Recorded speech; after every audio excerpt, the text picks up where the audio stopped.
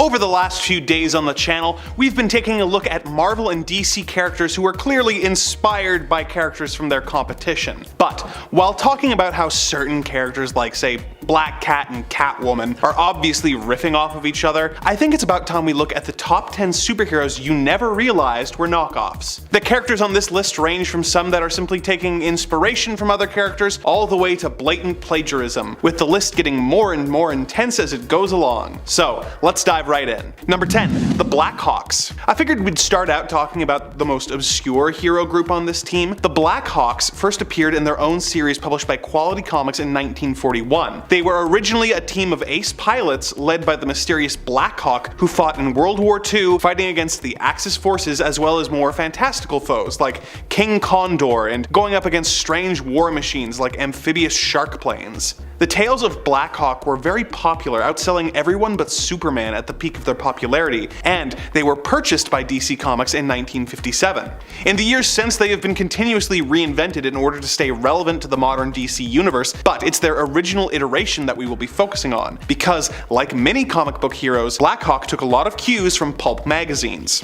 G8 and His Battle Aces was a pulp magazine that was published between the years 1930 and 1944. It told the story of a World War I fighter pilot named G8 who fought against the German forces alongside his team of pilots, the Battle Aces. They would fight normal military foes as well as supervillains like a voodoo priest called Hair Gun, as well as more outlandish things like rockets, wolfmen, and Martians. A lot of elements that made the Blackhawks popular are featured in G8 and His Battle Aces, but don't feel too bad, because it is also generally accepted that G8 is a blatant ripoff of a rival pulp magazine, Flying Aces, which had a similar premise, minus the more fantastical elements that both G8 and Blackhawk were known for.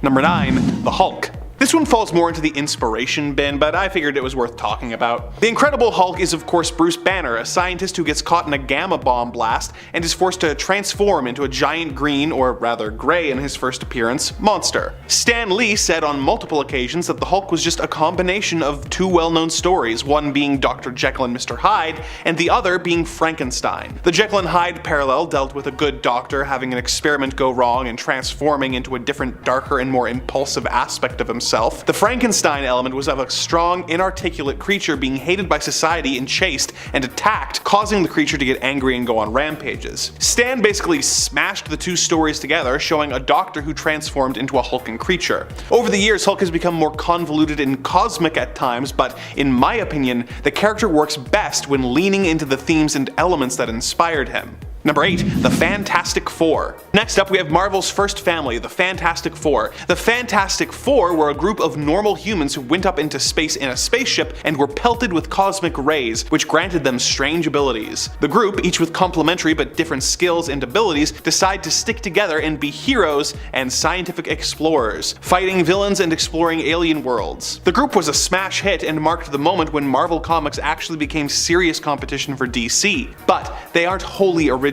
In some ways, they are similar to the friends of the pulp hero Doc Savage, known as the Fabulous Five, each of whom were individual specialists who worked together to save the day. But the Fantastic Four are even more similar to an often forgotten DC team called the Challengers of the Unknown. The Challengers of the Unknown were a team of 4 men, Ace the pilot, Red the daredevil, Rocky the brute, and Prof, the scientist of the group. When they survived a plane crash, they decided that since they were living on borrowed time, they would go on dangerous adventures together, battling villains and exploring different locations throughout space and time. The team was created by Jack Kirby, and it is widely believed that he took his core concept of the Challengers and reworked it with Stan Lee to create the Fantastic Four. Number 7. Captain Marvel. Superman is widely considered to be the first modern superhero, first appearing in 1938 and taking the world by storm. As the other comic book companies watched supes rake in money hand over fist, they decided that they needed superheroes of their own. Plenty of Superman ripoffs started showing up, but the most popular was the one appearing in Fawcett Comics, Captain Marvel. Captain Marvel was created to be Fawcett's Superman,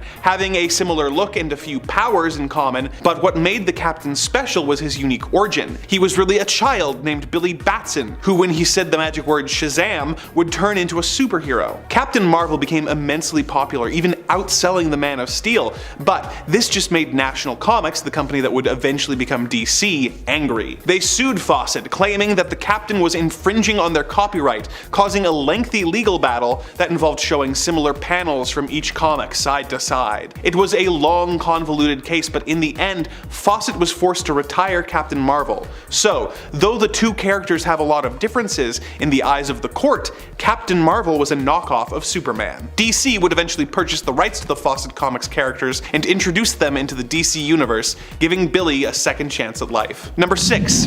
Zatanna and her father. One of the most underrated and slept on DC heroes is Zatanna. She is a magician who actually has magical abilities and uses them to fight both crime and supernatural threats while maintaining a career as a stage magician as her day job. People who are only passingly familiar with the character are perhaps unaware that she is actually a legacy character. Zatanna first appeared in 1964, but she is very closely following in her father's footsteps. First appearing in the same issue of Action Comics that introduced the world to Superman in 1938, Giovanni Zattara was very similar to his daughter, being a stage magician with magical powers that allowed him to fight crime on the side. But despite appearing at the same time as what many consider the first superhero, Zattara is a knockoff as well. The real first comic book superhero is a character called Mandrake the Magician. First appearing in 1934, Mandrake the Magician was, as his name would suggest, a stage magician. He has real magical powers which he uses to fight crime and protect the world from supernatural threats.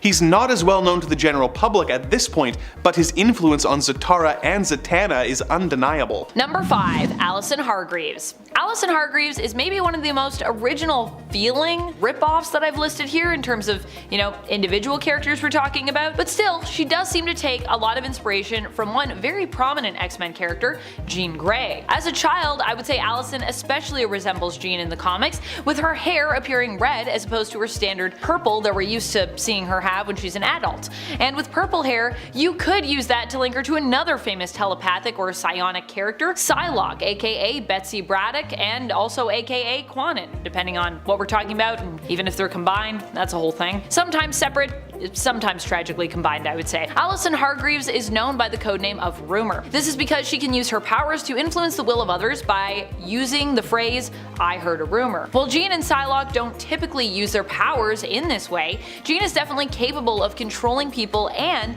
influencing them and their minds using her own abilities, and I would also say so is Psylocke to a perhaps a lesser extent, but still is a thing that she could do. Although her psionic abilities tend to be more used in direct combat, where she can deal mental damage using psi weapons, because that's what Psylocke likes to do. Number 4. Nextmen. The Nextmen definitely were inspired by the X-Men. There's no doubt about that in my mind at all. They were a creation of John Byrne for Dark Horse Comics, and of course John Byrne is also a writer who has a history of, being tied to the X-Men as well. These superpowered beings were more anti-heroes than straight-up heroes who attempt to rescue a world that they really don't know a lot about, having been raised in a virtual reality world inside a lab. In other words, they kind of, to me, share some similarities to our friend Phantom X. The Nextmen also have some other interesting elements when it comes to how they were presented in contrast to the X-Men. Byrne tried to ground them and their abilities a little bit more in reality by making pretty much every superpower that they have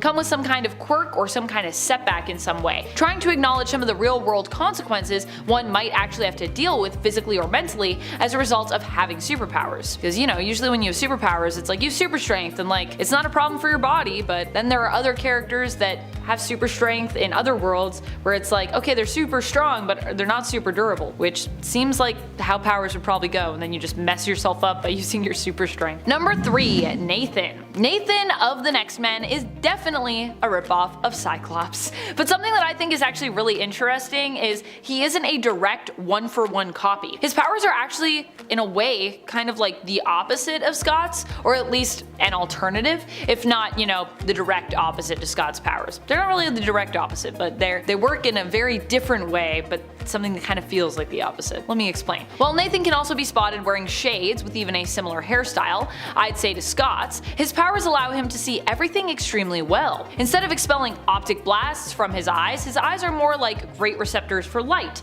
meaning that he can see things most people can't. Nathan, like Scott though, is also known for being the team leader of the Nextmen, so yeah, they definitely are meant to be kind of like parallels of each other, but I do like that Byrne decided to give us a very different kind of like eye related mutation here. Also, this power set kind of makes me think of Eye-Boy, who I don't think was created yet when Nextmen first appeared. I'm pretty sure they appeared in like the 90s or the 80s. You know, Eye-Boy didn't come out until the 2000s, so it is possible that Nathan, who was definitely inspired by Psyche, may have also influenced the creation of other X-Men like Eye-Boy, who appeared over at Marvel after Nathan's first appearance in Nextmen over at Dark Horse, which is pretty neat actually. Number 2, G-Men. Before we even get X-Men in the Marvel Cinematic Universe, we're probably likely going to get X-Men copycats in the streaming series universe based off of Garth Ennis's The Boys. The G-Men are a villainous team inspired by the X-Men, who are another group of kind of Vought-endorsed heroes. At least I think they're Vought-endorsed. I haven't read all of The Boys, so I apologize if I'm incorrect about that one. And unsurprisingly, it's also believed that they'll be linked to Payback when they arrive in the live-action series of its own universe. Payback, for those who may not be aware, are basically The Boys' version of Marvel's Avengers in the comics, with their leader being a parody-inspired version of Captain America there, known as Soldier Boy, although they kind of went a different way with it a little bit in the live-action series. G-Men are led by John Godolkin, whose team were all kidnapped when they were younger and raised and trained by him in his own school. The name G-Men likely comes from his last name, Godolkin, but can also be a slang term used with negative connotation to indicate those working for the government. G-Men, government men.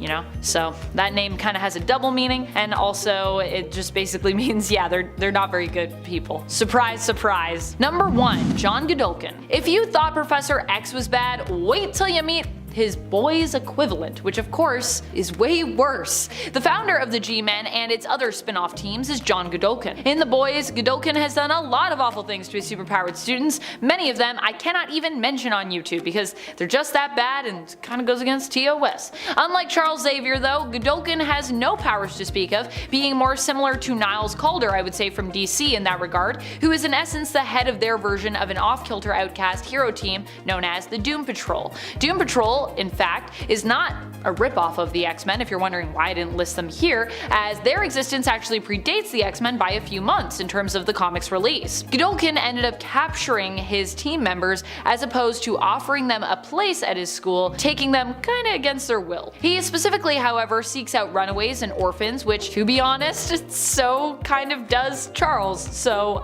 although some of Xavier's students do admittedly come from happy, healthy families that simply basically chose to admit their children to his school to be trained in the use of their powers. So I would say, you know, that could be a difference. Number 10, CyberForce. CyberForce has to be one of the biggest ripoffs of the X-Men that I've ever seen. They also are likely inspired by X-Force though, based on their team dynamic and their team name, so a little bit of like an X-Men X-Force.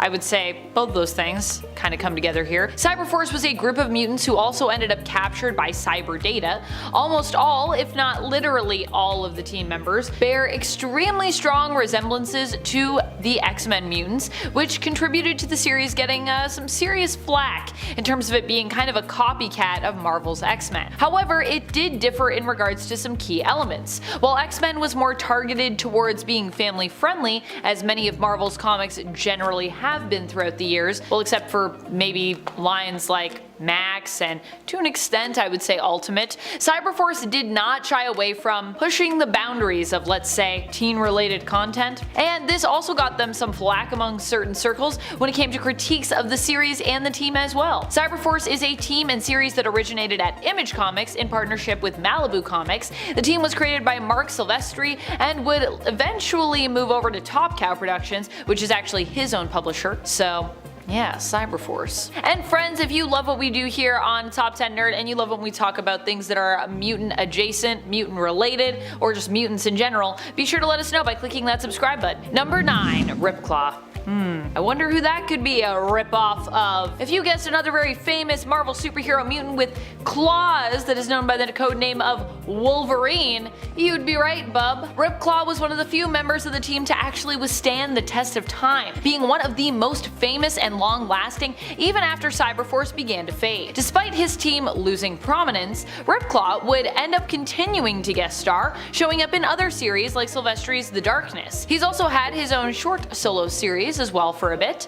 Ripclaw differs from Wolverine slightly in the fact that he has ties to the native peoples of America, with it being believed he may belong originally to the Apache tribe, although he also seems to have ties to the Navajo, the Lakota Sioux, and the Cheyenne as well. Like Wolverine, he also has experience and a background in the martial arts as well. Ripclaw possesses cybernetic claw enhancements that are similar to Marvel's Deathstrike. They're actually claws that are part of his fingernails, allowing his fingernails to extend and become razor sharp. In addition to that, he also has superhuman senses, strength, and a healing factor. Number 8. WildCats. WildCats is a team created by Jim Lee and Brandon Choi for Image Comics, during a period when many creators were actually working with Image because they sought to own their own properties and ideas, which the big two were pretty opposed to at that time, and I mean, honestly still are today. WildCats actually became so popular that despite the fact that DC did not want to let creators like Jim Lee own their creations and believed that it was actually the brand and staple characters that sold comics, not the creators behind said characters and narratives, they would later approach Lee to offer a sum for ownership of the Wildcats and his Wildstorm universe, so that DC could take over the publishing of both. Wow. When it comes to this team, it's easy to see the influence of Marvel's X-Men, just even when we look at its creator, Jim Lee's history. Lee is also known for his amazing art, and despite being now heavily integrated with DC Comics, is also no stranger to Marvel, having been one of the people behind one of the most famous and iconic runs, the 90s X-Men run, which featured art by Jim Lee throughout. In WildCats, we follow a team of superpowered beings, known as half-breeds, who are the result of aliens coming to Earth and known as the Cherubim, and mating with humans. The conflict of the comic pits the Cherubim and their offspring against the Daemonites, another alien race they have been warring with for centuries. Number 7. Grifter. Cole Cash has some distinct differences, but also a lot of distinct similarities, I would say, at the same time, to another very famous and prominent X-Man that you are likely familiar with. Gambit. Grifter is Cole Cash, a literal grifter in terms of his backstory and origin from a young age. Not only does he have a history as a con man, but while having a shady past, he also appears to genuinely want to save and help people he deems innocent. Sort of like a thief with a heart of gold. Sound like, anyone you already know? Grifter has had psionic powers in the past, but is also known for his skills as a marksman, generally wielding 2 guns or using throwing weapons in combat. So yeah, he might not have the exact power set of Gambit, he doesn't like throw cards and they explode, but the whole, throwing things element of his abilities definitely seems to fit the bill otherwise. And I mean, I feel like even his look is very Gambit-esque. Number 6. Umbrella Academy. The Umbrella Academy was definitely influenced and inspired by other similar teams that came before, like the X-Men, there's no doubt there. But there are also elements of Hellboy in there as well, which is pretty cool, especially with how oddball the comic series, its characters, and the show inspired by the comics can be. Umbrella Academy and its creation, however, was also influenced by Gerard Way's experience with the band My Chemical Romance, and his time on tour. For those of you that don't know, Gerard Way is the person that created the Umbrella Academy, so fun facts. In fact, many of the Hargreaves are actually inspired by his bandmates themselves, who of course quickly become like your family when you spend so much time together with them and, especially when you're on tour. The Umbrella Academy is the story of a group of superpowered individuals who were adopted by Sir Reginald Hargreaves after their mysterious births, which all happened on the same day all over the world. Reginald recruited them to create his own superhero team, raising them and training them to hone their skills and master them over time. However, his plan was only met with, I would say, a modicum of success, and eventually the Umbrella Academy would disband. However, years later, they would come together again after the possibly mysterious death of their adoptive father and would be forced to reunite in order to prevent the end of the world. Number 5. Aquaman and Namor the Submariner. Namor the Submariner is another character who appeared in a comic published by Timely Comics, the company that would eventually become Marvel, in a comic called Motion Picture Funnies Weekly. He is the son of a normal human and Atlantean royalty, making him the heir to the Atlantean throne. He is amphibious, being able to survive on both land and water, and has super strength and speed, being able to swim at speeds up to 345 miles per hour. He is also able to use telepathy to communicate with and control marine life. A few years later, in 1956's Adventure Comics number 229, we were introduced to Arthur Curry, also known as Aquaman. His father was a regular human and his mother was a member of Atlantean royalty named Atlanta, making him the heir to the throne of Atlantis. Like Namor, he is amphibious and has super strength and durability, as well as his most well-known ability, the ability to telepathically communicate with and control marine life. Unlike Namor, he doesn't have little ankle wings that allow him to fly around. Aquaman is more well known by the general public due to years of appearing in cartoons where he was a less than dignified hero, often coming across as extremely silly. But when making fun of Aquaman, it's important to remember that Namor was stupid first. Number 4. Red Tool and Deadpool. Marvel's Wade Wilson, aka Deadpool, was infamously based off of DC's Slade Wilson, aka Deathstroke. Both are master assassins who used a combination of guns and swords to destroy their enemies. Over the years, Deadpool developed into a much more distinct character, getting a snarky personality that earned him the nickname the Merc with the Mouth. Deadpool has become one of the most popular Marvel characters, receiving his own books, movies, and video games, while Deathstroke has remained comparatively obscure to mainstream audiences. So, considering that Deadpool was clearly inspired by a DC character, it's only fair that DC would then rip them off. Wayne Wilkins, aka Red Tool, is a vigilante who is romantically obsessed with Harley Quinn. He has a bit of a power tool theme, with saw blades, hammers, and a power drill being some of his go-to weapons, but between the name, his general look, and crazy personality, Red Tool and Deadpool are clearly linked. Number 3. Commander Steel and Captain America. Captain America first appeared in late 1940 in his own series published by Timely Comics, which, as I said before, would eventually evolve into Marvel. His origin has remained relatively intact across his representation in various media in the years since. Steve Rogers was a weakling who was unfit for active duty in World War II, so he volunteered for a radical experiment that gave him super strength among other powers. He became the Star-Spangled Man and fought in the war as Captain America, one of the most iconic comic book characters of all time. Somewhat less iconic is one of the DC characters he inspired,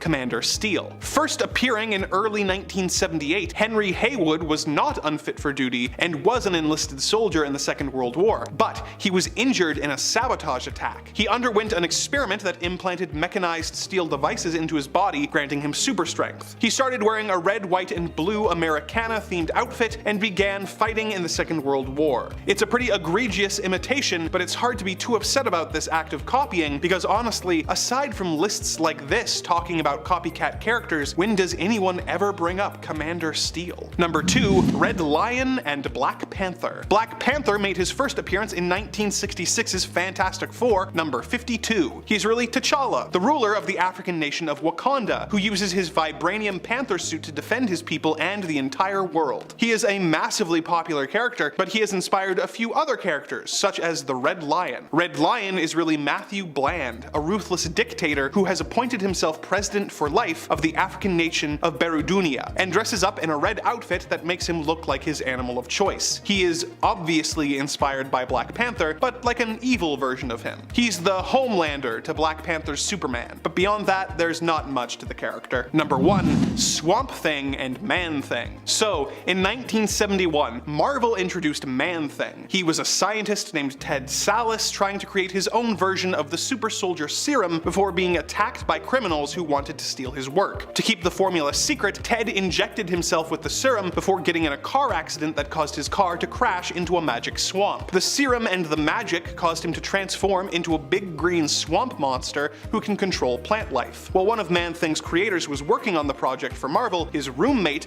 an artist working for DC, was creating a different character named Swamp Thing, who made his first appearance 1 month later. Like Man-Thing, Swamp Thing was a scientist named Alec Holland, who was working on a secret formula before getting attacked by criminals who wanted to steal it for themselves. He was doused in the formula and ended up in the nearby swamp, which absorbed his consciousness and turned him into a giant green swamp monster who can control plant life. The characters are so similar that Marvel originally planned to sue DC, but decided not to as it would set precedent, and they were worried that they would get sued by the creators of The Heap, the original comic book swamp monster who first appeared in 1942. Number 10. Guardian and Captain America. Jim Harper was a rookie cop on the Metropolis police force. He was put on duty in a rough area, and not a day would go by where the civilians in the area wouldn't and pelt him with rotten food. One day he was ambushed by hoodlums, and I guess something just broke in his brain. He went to a costume store, bought a costume, and became a vigilante in addition to being a cop. What makes him similar to Captain America is his trademark shield, which he uses to defend himself and attack his enemies. Other than that, he's not really that similar to Captain America, other than the fact that both characters were created by Jack Kirby and Joe Simon, but I figured it was worth mentioning and putting at the bottom of the list. Number 9. Atomic Skull and Ghost Rider. There have been a couple Atomic Skulls over the years in DC Comics, but the one we're going to talk about today is the Joseph Martin version, who first appeared in 1991 and gives off massive Ghost Rider vibes. Sure, they have very different origins, with Atomic Skull being a supervillain who was the victim of an accident at Star Labs which gave him his look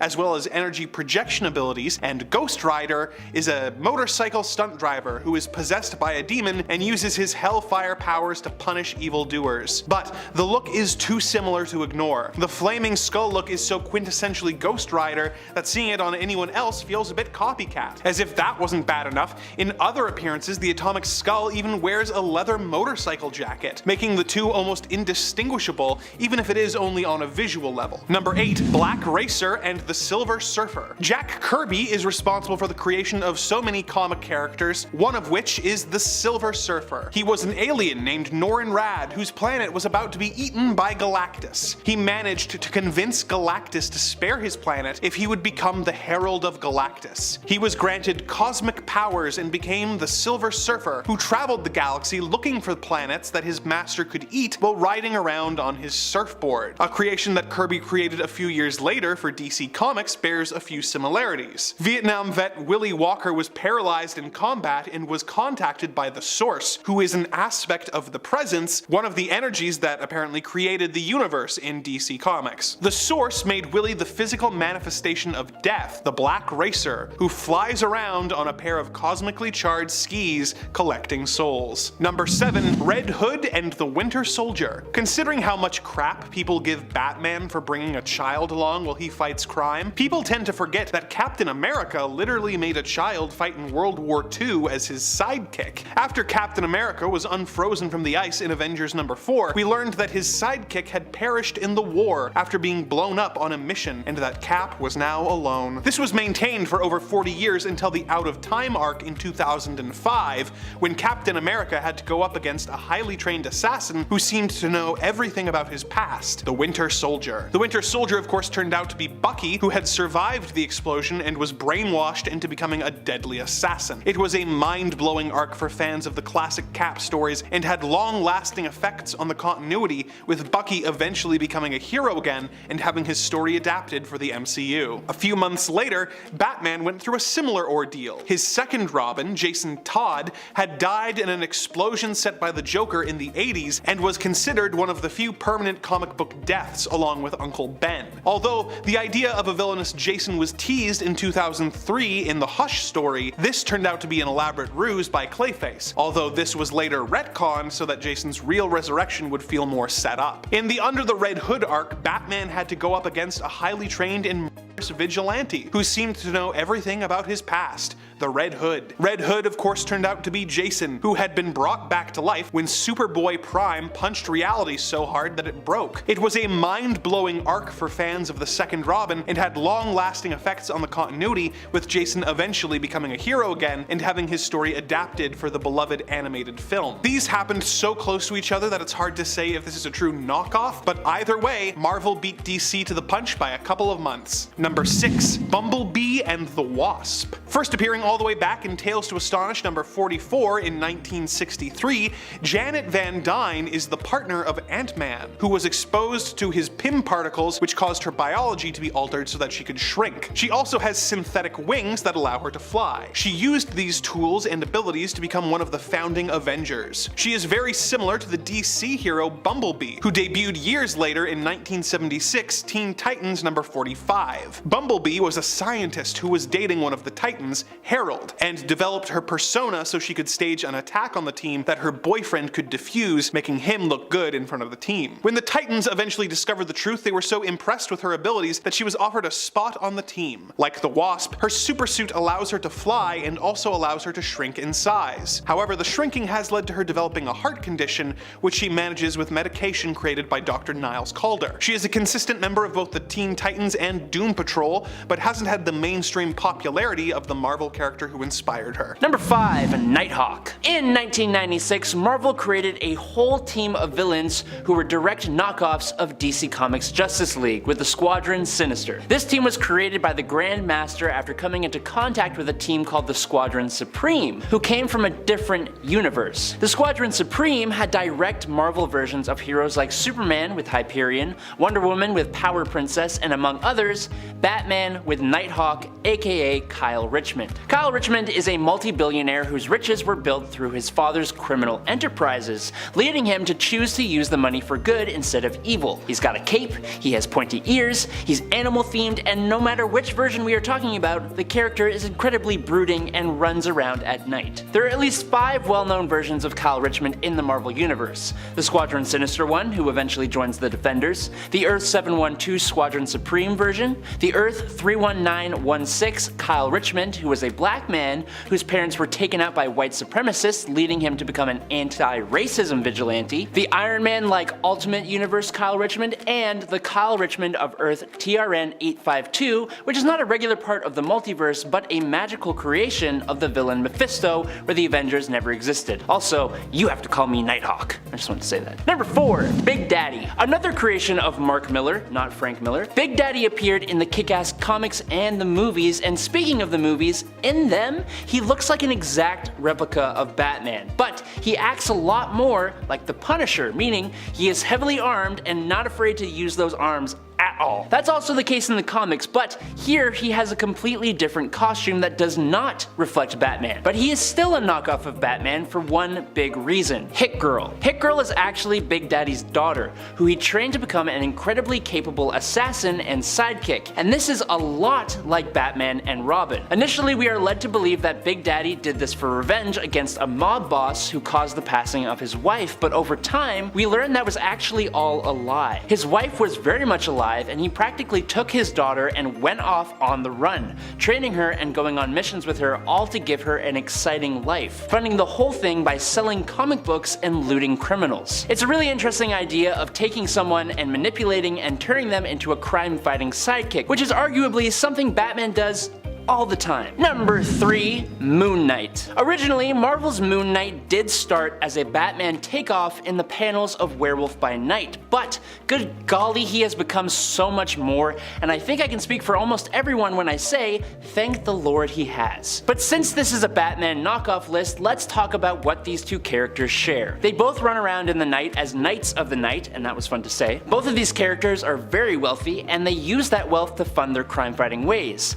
They both wear capes, utilize themed tools, and they're both, on the surface, messed up psychologically. And that's kind of where the similarities stop. Talking about psychology, Moon Knight is way more distorted than the Caped Crusader. Almost all of his stories revolve around him struggling with his sanity and multiple personalities, and the rest of the superheroes know how insane he is. And then there's his backstory. Moon Knight was a mercenary who, at the end of his mortal coil, was chosen by an Egyptian god to be its avatar, which granted him super strength, durability, stamina, self-sustenance, immortality, and divine mystical empowerment. I think on the surface, it's easy to draw parallels between Moon Knight and the Dark Knight, but on the surface only. Number 2. Midnighter. Hailing from the Wildstorm universe, which is now under the DC's purview, Midnighter is one of the founding members of the Authority, which is a team just like the Justice League yet again, only I think I find this team to be less of a parody and more of a legit thing of their own. The Authority are actually really cool, and I'm super pumped that we will be getting them in the DCEU. Midnighter goes hand in hand with his partner and husband, Apollo, and together they are very clear knockoffs nods to Batman and Superman. Now, obviously in order for them to work as their own heroes, things have to differ a little bit. For Midnighter, while he dresses in all black, is incredibly stealthy, is an unmatched hand-to-hand fighter, and utilizes tech, he is incredibly violent, which is a huge no-no for Batman. I'm talking almost Punisher levels of violence. He also has actual superpowers. His main one is battle precognition, which allows him to predict how a situation will happen before it starts, running through a given situation millions of times in his mind before the first move is even made. All of his major senses are incredibly enhanced as well, and thanks to a series of crazy implants, he has super strength, speed, durability, reflexes, control over his pain receptors, environmental adaptation, and an insanely good healing factor. And in at number 1 is Darkwing Duck. He is the terror that flaps in the night. He is the awkward goodbye that lasts way too long. He is Darkwing Duck. Darkwing Duck, especially in the comics, is like the Tim Burton Batman movies fused together with Donald Duck. And then, to keep things not entirely a ripoff, there are dashes of pulp comics and Golden Age heroes like Dick Tracy and the Shadow,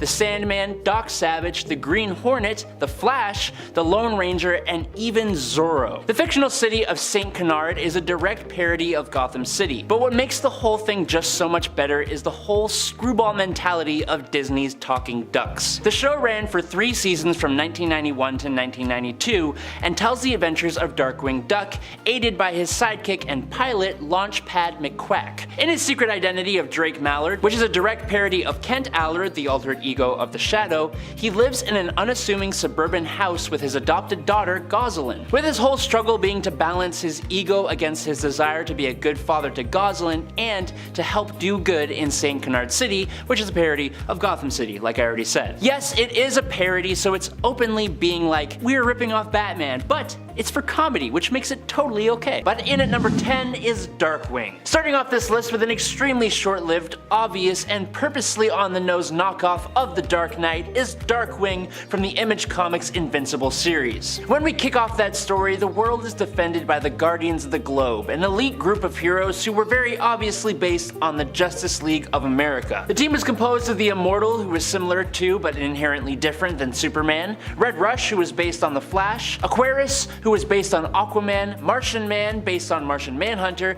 the Green Ghost based on Green Lantern, and the 2 financiers of the team, War Woman based on Wonder Woman, and of course, Darkwing. Obviously, being one of the members who funded the team, Darkwing was incredibly wealthy. He was all dark and brooding, he wore a cape, he was in peak human condition, he relied on tech and his hand-to-hand combat skills, and he had cool one-liners. And none of that saved him from his very sudden sticky end. Number 9. Captain Sunshine. Captain Sunshine of the long-running Venture Bros animation series, while absolutely superpowered and brightly dressed, is such an obvious parody of Batman, and even more specifically, Batman Beyond. The current Captain Sunshine, Chuck Scarsdale, was actually the former sidekick called Wonder Boy of the original hero Desmond, who is now hella old and essentially acts as the Alfred to Chuck. This is extremely similar to how in Batman Beyond, Bruce Wayne becomes the mentor and guy in the chair to Terry McGinnis, who is the new Batman. But Venture Bros goes beyond all the other Batman knockoffs on this list by getting the actual voice of Batman, the late Kevin Conroy, to be the voice of Captain Sunshine. Actually, side note, if we're talking about Batman ripoffs voiced by Batmen, Adam West also did the voice of Catman on the Fairly Odd Parents, so that's a little fun fact for you. And moving on to number 8, Rorschach. Now look, there is indeed another Watchman that embodies Batman in some much less subtle ways. In fact, almost all the characters from Watchmen are a parody of another hero or villain from comic books in some way or form. The whole Watchmen story was made to deconstruct and satirize the idea of superheroes and to make a political commentary. Now while Rorschach himself was very obviously modeled after the Question, he is a much more gritty and brutal character who lives by such an extreme sense of justice that it makes me, and a lot of other people, believe that Rorschach's character is likely what would happen to Batman if he was real, or if he just went a little bit off the deep end. He is a hero that you root for, but you almost feel as though you shouldn't because of his anarchist ways, and while that is not exactly Batman, the grizzled ordinary man with a dark past who is a masked detective who sneaks into crime scenes and beats criminals to a pulp in the middle of the night, that's got Batman written all over it. Number 7, Nite Owl. With that said about Rorschach, we might as well talk about the much more obvious knockoff of Batman from the Watchmen comics, Nite Owl. Just looking at Nite Owl, you know he is meant to inspire the idea of Batman. Also, if you know DC Comics well enough, you probably know about Earth 3's Batman, aka Owlman or Thomas Wayne Jr., and the physical similarities there are obviously even more apparent. But Nite Owl is actually intended to be a parallel of Blue Beetle, which may surprise you, but it's because of the inherited nature of the Nite Owl name, the same way there have been multiple Blue Beetles. But Dan Drayberg is wealthy thanks to his inheritance, he's a regular guy, he has an underground lair, he's incredibly intelligent, creating owl-themed vehicles. The source of his power is almost entirely reliant on his technology, and his fighting style focuses more on incapacitation over the violence used by some other heroes. But man, he is pretty damn mopey like all the time, which does kind of line up with Batman, but never this much. Number 6, Nemesis. Mark Miller, not to be confused with Frank Miller, which is something I do all the time, created Nemesis with the whole idea of what would happen if you took Batman but did everything completely different. Essentially, it asks what happens if Bruce Wayne used his wealth and resources to become a villain instead of a hero. The smartest man in the world as the only supervillain in the world, with vendetta against police in all countries and a revenge for a lost childhood. Now, we gotta say it doesn't quite hit the mark you might think. It's not exactly the greatest comic book. It kinda relies on shock factor and overabundance of the overtop violence just for the sake of it, and of course the opposition to the character of Batman. But that makes Nemesis perfect for this list. He wears all white, has a super crazy cool cave, and relies on his tools, subtlety, and his massive intellect. I almost wish it was better, but unfortunately centering the comic around an evil, cocky Batman who isn't really that likable, it didn't work out too well. Number 5. Killrazer. Honestly, I feel like the motto of Image Comics in the 90s for the most part was, what if we took this character and then made them extreme? I mean, Spawn is undeniably cool and original as a character, but a lot of the characters sometimes feel like everything that was whack about comics in the 90s and turned to 11. Look at Killrazer for instance. He is a mute character who has sharp claws that come out of his gauntlets that he uses to fight and brutally tear to shreds his enemies, but then they took it the extra mile. This is how I think the pitch meeting went for this character. Dude, what if Wolverine had more claws? You mean, dude, like claws that come out of his feet as well? Nah, dude, what if Wolverine was just claws? Dude, what do you mean? I mean, what if he was mute so we never had to develop him as a character, and instead of being a dude that just has claws, he was just a dude made of claws, coming out of every part of his body? Dude, that's awesome. Number 4. Pantha. In one of the more brazen acts of copying the editor of New Titans in the 90s, Jonathan Tierson wanted to make the Titans more like the X-Men. Rather than taking, say, the element of using a superhero story as a metaphor for prejudice or introducing the more convoluted relationships between characters of the universe to tell long, overarching stories, they decided to take this not literally and make some characters that were more like popular characters from the Marvel team, one of which was Rosabelle Mendez. Otherwise known as Pantha, or X-24, was a woman with cat-like abilities and claws who had a mysterious past she knew next to nothing about. She was subjected to experiments that granted her abilities, and she had to control her animal-like rage lest she lose control and scratch up everyone around her. Beyond that, the blue and yellow bodysuit with a yellow animal-like mask makes Pantha a pretty clear Wolverine ripoff. Of course, with the designation X-24, you might be forgiven for assuming she was a ripoff of Marvel's Laura Kinney, otherwise known as X-23. But Pantha does actually predate her by over a decade, with Pantha first appearing in the early 1991 and X-23 first appearing in late 2003. Number 3. Wolveroach. Cerebus was a comic book series that starred an aardvark named Cerebus, who works as a barbarian. The series was originally intended to be a parody of Marvel's take on the Conan the Barbarian series, but over time became an odd hodgepodge of experimental explorations of religion, gender, and politics. It had a large cast of characters, many of whom were clear parodies of iconic superheroes, but one of the more egregious ones was the Cockroach, who over the course of the story took on various superhero identities such as Moonroach, Punisher Roach. However, the one that got the most attention was Wolveroach. As you can see, he was basically just Wolverine. The character's role in the story was to be a character who had an almost religious fervor about him, intended to parody the oversaturation of Wolverine in the comics at the time. As Dave Sim put it himself in an interview for Comics Journal in 1996, when it came time to do a Roach character that had the ambience of religious fervor surrounding him, it had to be Wolverine. The fact that Marvel got so upset about me putting Wolverine on the successive covers, it's not a parody, you are now stealing the central icon of our church. Well, there you go, yes, I picked the right one. I didn't realize I was going to be putting my foot in this badly. I thought parody's parody, but you can take the chalice they called Captain America and do a parody of that. You can take the subaltern and do Moon Knight, but by God, don't you touch our Wolverine. That's the center of our church. As you can tell, Dave had very strong feelings about how popular Wolverine was and seems to also be kind of a weird dude. Number 2, Ripclaw. CyberForce was originally intended to be a spin-off series of X-Men and X-Force, before eventually ending up at Image Comics rather than Marvel. It makes sense that a few of the characters would bear some similarities to members of the various mutant teams. The character that clearly riffs on Wolverine is Ripclaw. Actually, a good rule of thumb, if a character has the word claw in his name, there's a 70% chance that they are a Wolverine knockoff, as you can tell from all the other parts on this list. Ripclaw got his abilities after the spirits of his ancestors left him the mystical power to take on animal-like abilities, which is nice for him. I mean, all I got from my ancestors was the ability to burn in the sun and a history of heart disease.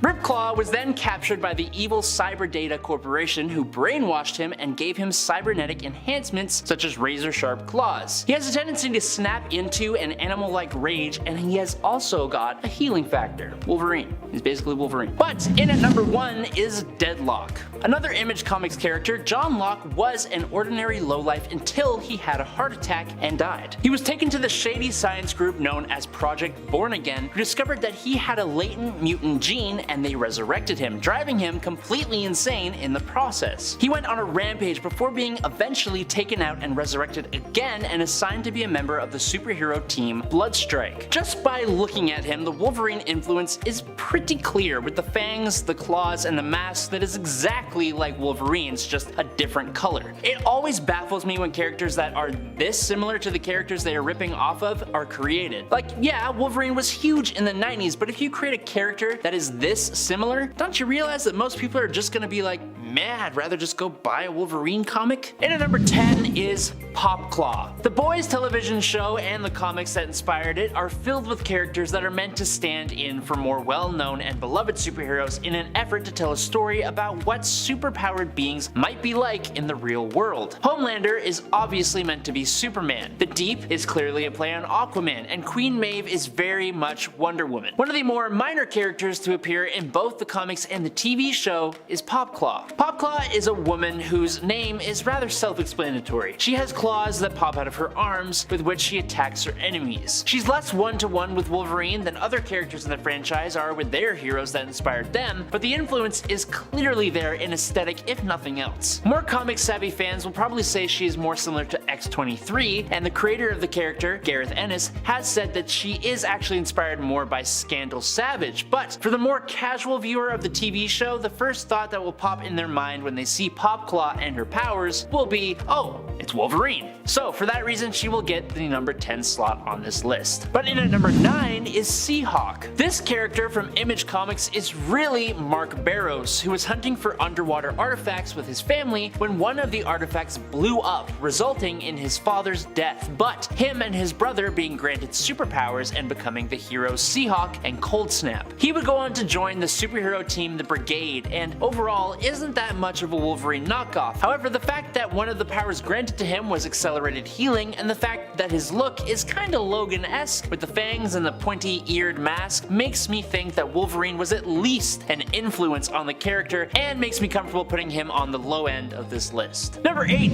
Warblade. Warblade is an often forgot character that was created by Jim Lee and Brandon Choi for the DC Comics Wildstorm universe. Similar to what happened with Wolverine, Warblade was kidnapped and brainwashed brainwashed so that he would be a member of an elite strike team known as the SHOC before breaking free of their control and joining a super team known as the WildCats. Unlike Wolverine, he is not human and instead a Karen, an alien race who can shapeshift into a mercury-like substance. He can use this metal morphing ability to create claws, which he of course uses to attack his enemies. He is also a world-class martial artist with ties to Japan, but though he is clearly inspired by Wolverine, he is different enough to rank pretty low on this list as well. Number 7. Lobo. Lobo is a really interesting character as he was originally created as a joke. He was meant to be a parody of the gritty anti-heroes who were becoming so popular in the 90s by being a ridiculously buff space bounty hunter who would say goofy tough stuff and was just meant to be a big old goofy joke. One of the characters who was a main source of inspiration, according to one of its creators, Roger Slipher, was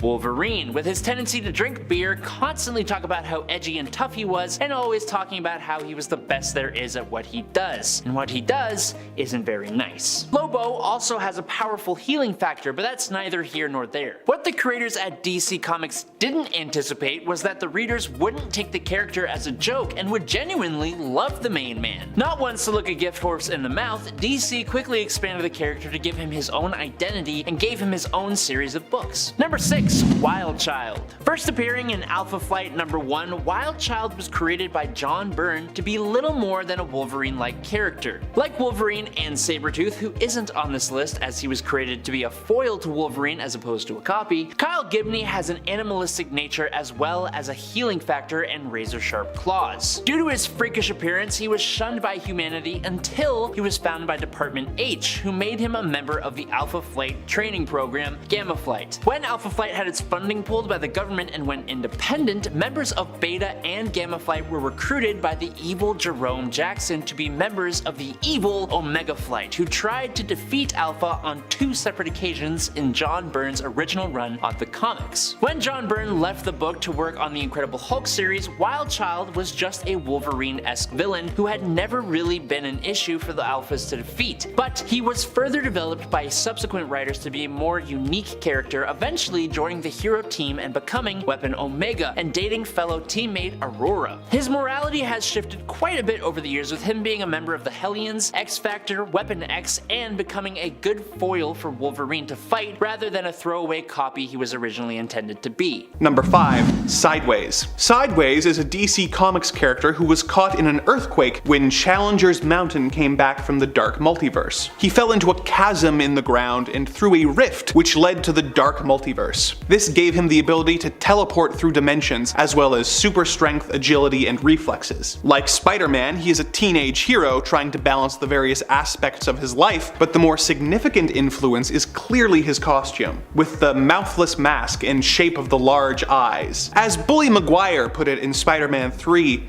it looks very, similar. Number 4.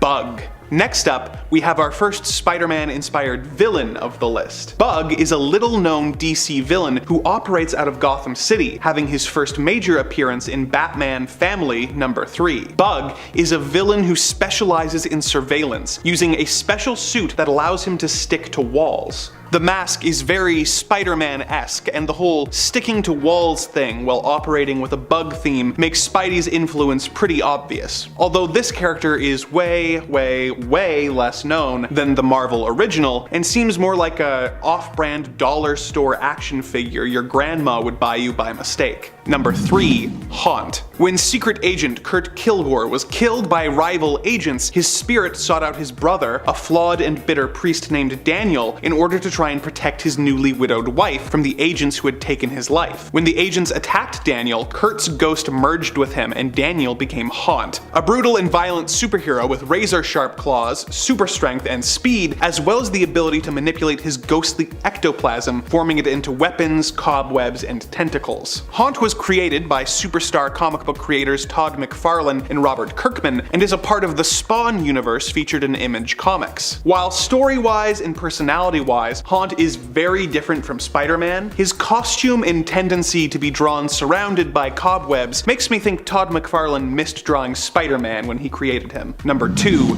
Dragonfly. Transitioning away from characters who are influenced by or simply copies of Spidey, let's talk about one that's straight up parody. During that weird period in the 2000s when we were constantly getting spoof films like Scary Movie, Epic Movie, and Meet the Spartans, one of the better entries in the series was Superhero Movie. It made fun of superhero movies from the early 2000s like the X-Men trilogy, Fantastic Four, and Batman Begins, but its main source of inspiration was clearly the Sam Raimi Spider-Man movies, with its lead character Rick being bitten by a genetically enhanced super dragonfly and becoming a bug-themed superhero. The movie is borrowing heavily from the visual style of the Raimi films and lifts several moments almost directly from the first Spider-Man movie with a comedic twist, such as Rick getting a job taking photos of the dragonfly, having his identity discovered at a Thanksgiving dinner by the villain, and tragically losing his uncle, who is played by Leslie Nielsen of Naked Gun and Airplane fame. Like most of the parody films of the era, it wasn't well received when it came out, and a lot of the jokes haven't aged well, but the film is definitely at its best when it's riffing on the classic elements of the Spider-Man story rather than making pop culture references that have aged like a fine milk. Number 1. Black Spider.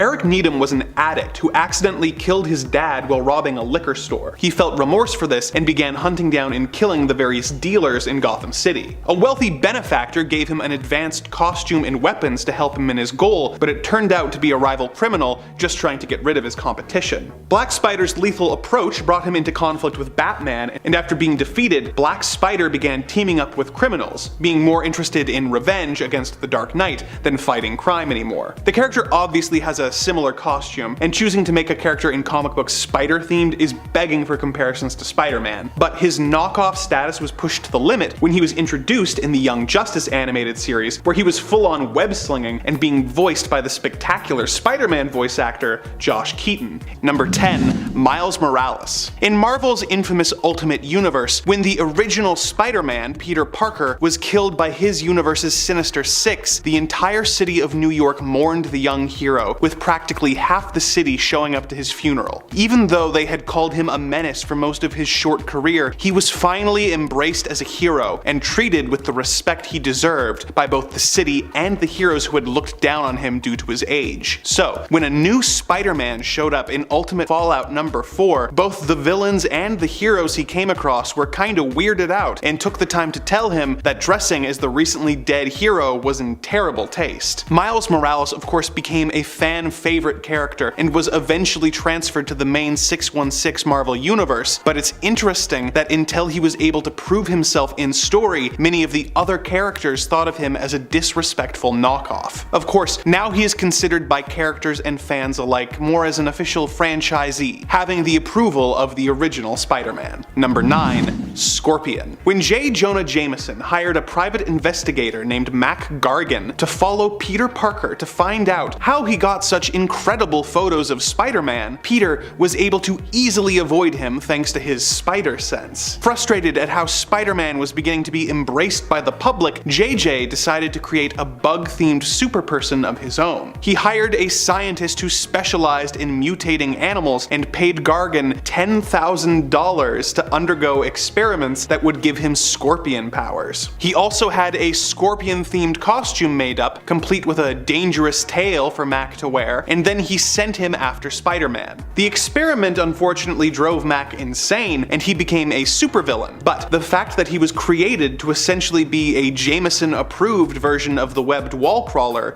is an interesting bit of backstory. Number 8.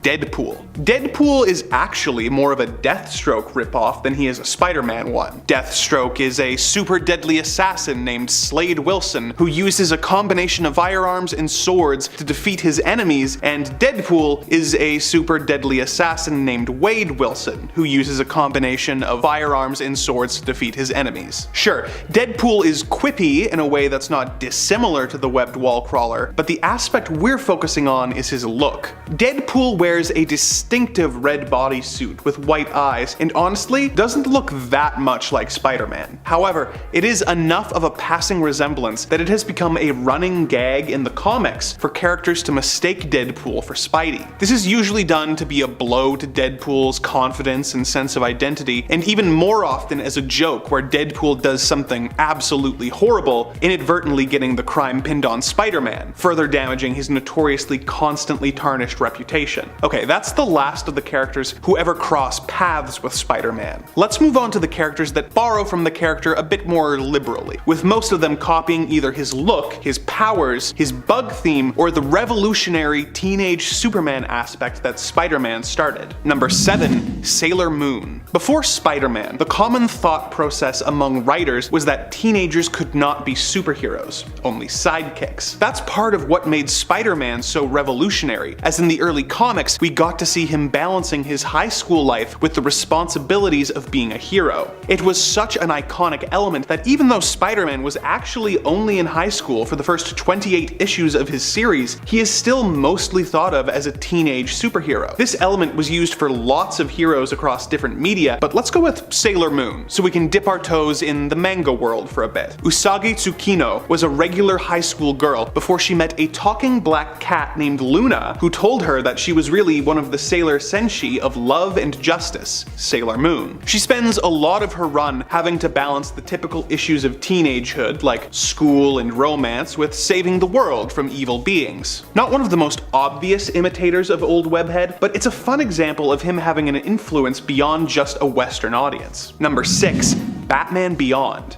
When the Batman animated series came to an end, its creators followed it up with another banger called The New Batman Adventures, which continued the adventures of the great Kevin Conroy's Batman while introducing the other members of the Bat family. It was extremely well received, but the network made the surprising choice to cancel it after one season. Their reasoning was that shows featuring teenagers, such as Buffy the Vampire Slayer, were doing really well, and they wanted a new Batman show featuring a teenage Batman to try and capture some of that audience.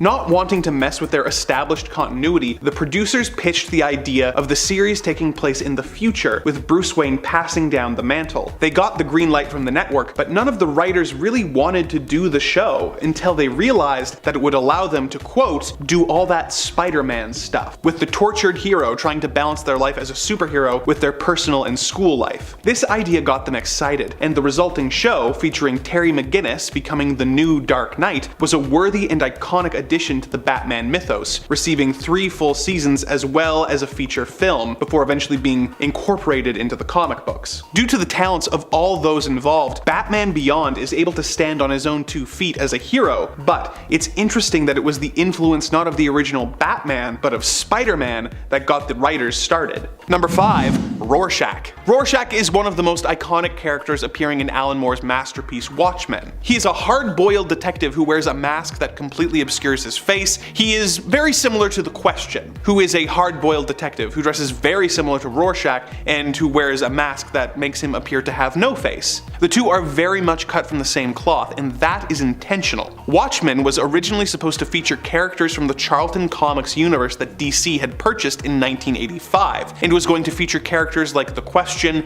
Captain Atom, and Blue Beetle. When DC found out that Alan Moore was planning on killing off The Question at the end of the book, they stepped in, not wanting to lose access to a series of characters they had just spent millions of dollars buying. They asked him to create new characters that would be reminiscent of the characters that he had planned to use, with Captain Atom becoming Dr. Manhattan, Blue Beetle becoming Nite Owl, and The Question becoming Rorschach. So, Rorschach and the other Watchmen are all knockoffs of other characters, but their company approved knockoffs, so no one got sued. Number 4. Spider-Man.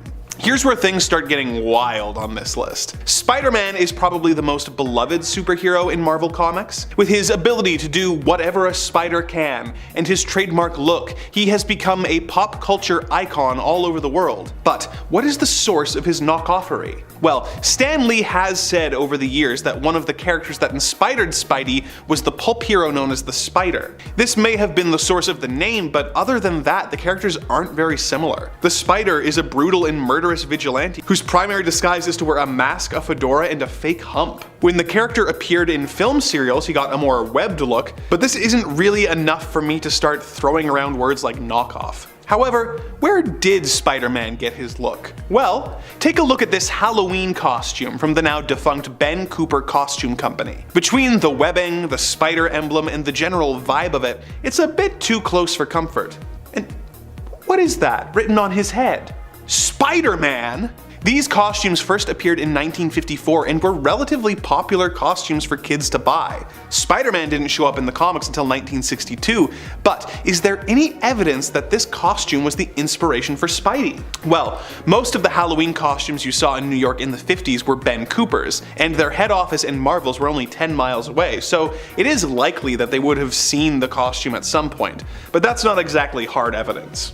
How about this? Although Stan Lee and Steve Ditko are credited as the creators of Spider-Man, the initial design work was done by Jack Kirby. Now Kirby did a lot of work for a lot of people, having made art and designs for Marvel, DC, and Ben Cooper Inc. Number 3. The Green Lantern Corps. When Green Lantern was reinvented for the Silver Age in 1959, we were introduced to a completely different mythology than the Alan Scott version that had been around in the Golden Age. In the new version, Hal Jordan was a member of the Green Lantern Corps, an intergalactic police force whose members were deemed worthy of wielding a Green Lantern ring, which would translate for them as well as creating constructs they could use to fight their enemies. This is very similar to the Galactic Patrol, a group featured in the science fiction book series known as the Lensmen, which were published from 1948 to 1954. The Galactic Patrol are a group of space cops, or lensmen, whose members are deemed worthy of wielding a wrist-mounted device called the lens.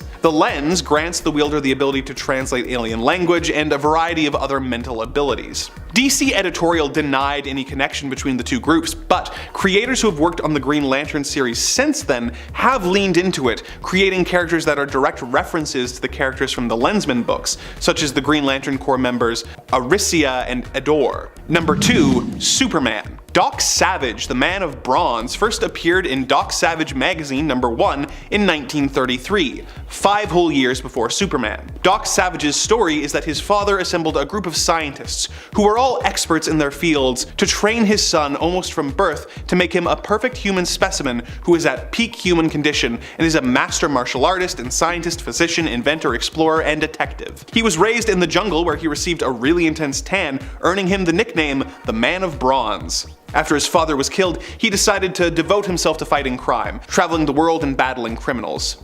He is extremely rich and has a base in the Arctic, which he calls the Fortress of Solitude. He's aided by a team of friends known as the Fabulous Five, who are all experts in their scientific fields, but of course not as expert as Doc Savage is. In his third appearance in 1933, Quest of the Spider, he is referred to as Superman by one of the Fabulous Five. As if that weren't enough, Doc Savage's first name is Clark. Number 1. Batman. Batman takes a lot of inspiration from Zorro with the whole masked hero in black who's really a wealthy playboy, but the character wears those inspirations on his sleeve, having been watching a Zorro movie before his parents were shot. So I'm going to focus more on the influence of the Shadow. The pulp hero known as the Shadow is a man who has traveled the world and learned how to cloud men's minds and become invisible, hiding in the shadows to attack criminals. He has taken over the life of a wealthy playboy named Lamont Cranston, whose identity he uses to fund his exploits and gather intel from his friend, the police commissioner. If this sounds kinda Batman-y to you, then you would be right, as the Shadow was a major influence on Batman's modus operandi. In fact, the Shadow story Partners of Peril was lifted almost word for word by Bob Kane when he wrote the first Batman story featured in Detective Comics number 27. Both feature the hero investigating the murders of a group of businessmen who own a chemical syndicate together. Both feature the hero getting trapped under a glass dome that fills with gas that they then plug with a handkerchief. So Batman passed the point of inspiration and fell into the grounds of outright plagiarism right out the gate, which is frankly typical Bob Kane behavior.